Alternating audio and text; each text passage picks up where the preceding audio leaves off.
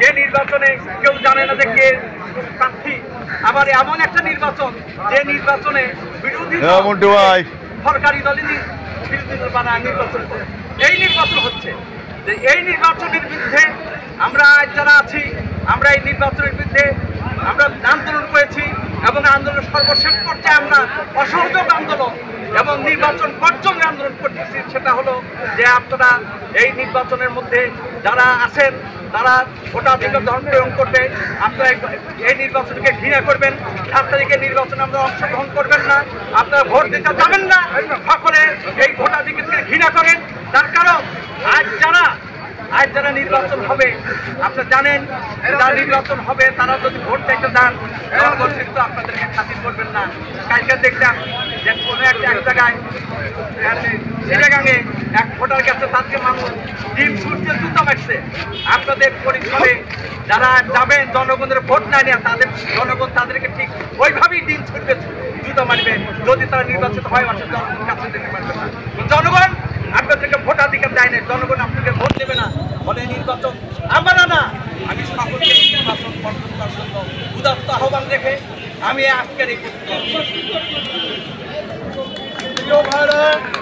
সংগ্রামী জনতা, আপনারা জানেন আজকের এই আন্দোলন শুধু বাংলাদেশ, শুধু আমাদের আইনজীবীদের আন্দোলন নয়। এই আন্দোলন আপনার আমার সকলেরই। আজকে পুলিশ ভাইরা যারা আছেন আপনারা বুকে হাত দিয়ে বলতে পারবেন না আপনারা ভোট দিতে পেরেছেন কিনা। বিগত দিনে আপনারা যারা সেখানে উপস্থিত আছেন আপনাদের কাছে অনুরোধ থাকবে, এই গণতান্ত্রিক অধিকার সকলের অধিকার। এই গণতান্ত্রিক অধিকার এই দেশের 16 কোটি জনগণের অধিকার। এই পর্যায়ে বক্তব্য রাখার জন্য অনুরোধ করছে ইসলামী লয়ার্স কাউন্সিলের সেক্রেটারি জেনারেল জনাব মাসুদুর রহমান মাসুদকে কিছু বলার জন্য আমি অনুরোধ করছি। বিসমিল্লাহির রহমানির রহিম। উপস্থিত ইউনাইটেড লয়ার্স ফোরাম কর্তৃক আয়োজিত আজকের আইনজীবী সমাবেশের সভাপতি, উপস্থিত সিরাজগঞ্জ জনসাধারণের এক অংশ, আসসালামু আলাইকুম। আপনারা জানেন 7ই জানুয়ারি এই দেশে প্রশাসনের নির্বাচন হতে যাচ্ছে। বাংলাদেশকে 2 ভাগে ভাগ করা হয়েছে। এক ভাগ হচ্ছে নির্বাচনের পক্ষে, আরেক ভাগ হচ্ছে নির্বাচনের বিপক্ষে। আমরা জনগণ নির্বাচনের বিপক্ষে। 7ই জানুয়ারি জনগণকে বলছি, আপনারা কেউই নির্বাচনে অংশগ্রহণ করা থেকে বিরত থাকবেন এবং ভোট দেওয়া থেকে বিরত থাকবেন। সেই সাথে বিচারিক গণতন্ত্র পুনঃপ্রতিষ্ঠা এবং গণতন্ত্র পুনঃপ্রতিষ্ঠার দাবিতে আজকে আমাদের এই সমাবেশ।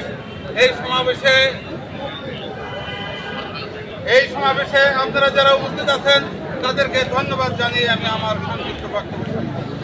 এই সাধারণ সম্পাদক এবং জাতীয়তাবাদী আইনজীবী ফোরাম সিরাজগঞ্জ জেলা শাখার সাবেক সাধারণ সম্পাদক জনাব অ্যাডভোকেট নাজমুল ইসলাম এখন আপনাদের সামনে বক্তব্য রাখবেন।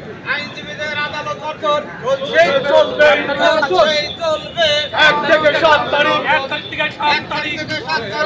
বর্জন চলছে।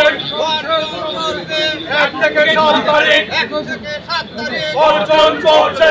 আইনজীবীদের আদালত বর্জন চলবে। অবৈধ নির্বাচন মানি না, মানব না, মানি না, মানব না। অবৈধ নির্বাচন মানি না, মানব না। এবারের নির্বাচনে মানি না, মানব না। ভোট দিতে যাবেন না। এবারের নির্বাচনে ভোট দিতে যাবেন না। অবৈধ নির্বাচনে মানি না, মানব না। ভোট দিতে যাবেন না। অবৈধ নির্বাচনে নির্বাচন বর্জন করুন। 1 থেকে 7 তারিখ।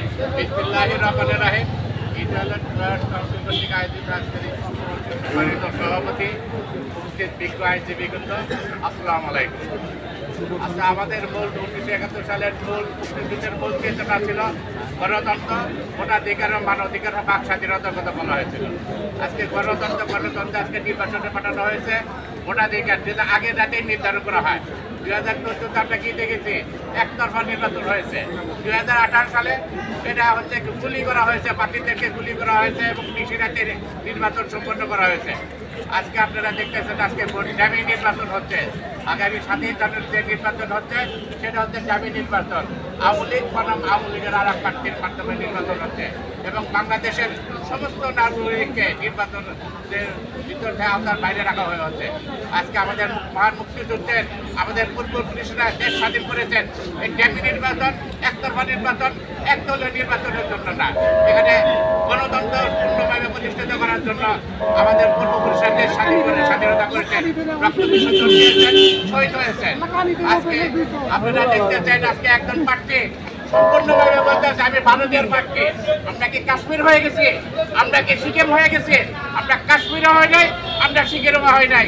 যদি উনি আজকে ভারতের প্রার্থী হয়ে থাকেন তাহলে আমাদেরকে আজকে ওনার বিরুদ্ধে আমাদের স্বাধীন দেশের বাংলাদেশের যে এখন প্রধান আছে তাকে উচিত অতি শীঘ্র তাকে আইনে আনা উচিত। উনি কীভাবে ডিক্লেয়ার দেন উনি আজকে ভারতের প্রার্থী? আজকে আমরা কাশ্মীর হয় নাই, আমরা সিকিমও হয় নাই। আগামী যে 7 তারিখের নির্বাচন হয়েছে হবে, যে ব্যবস্থা করা হয়েছে ডামি নির্বাচন, সেই ডামি নির্বাচন থেকে সবাইকে বিরত থাকার আহ্বান জানিয়ে আমি আমার বক্তব্য শেষ করছি। ধন্যবাদ সবাইকে।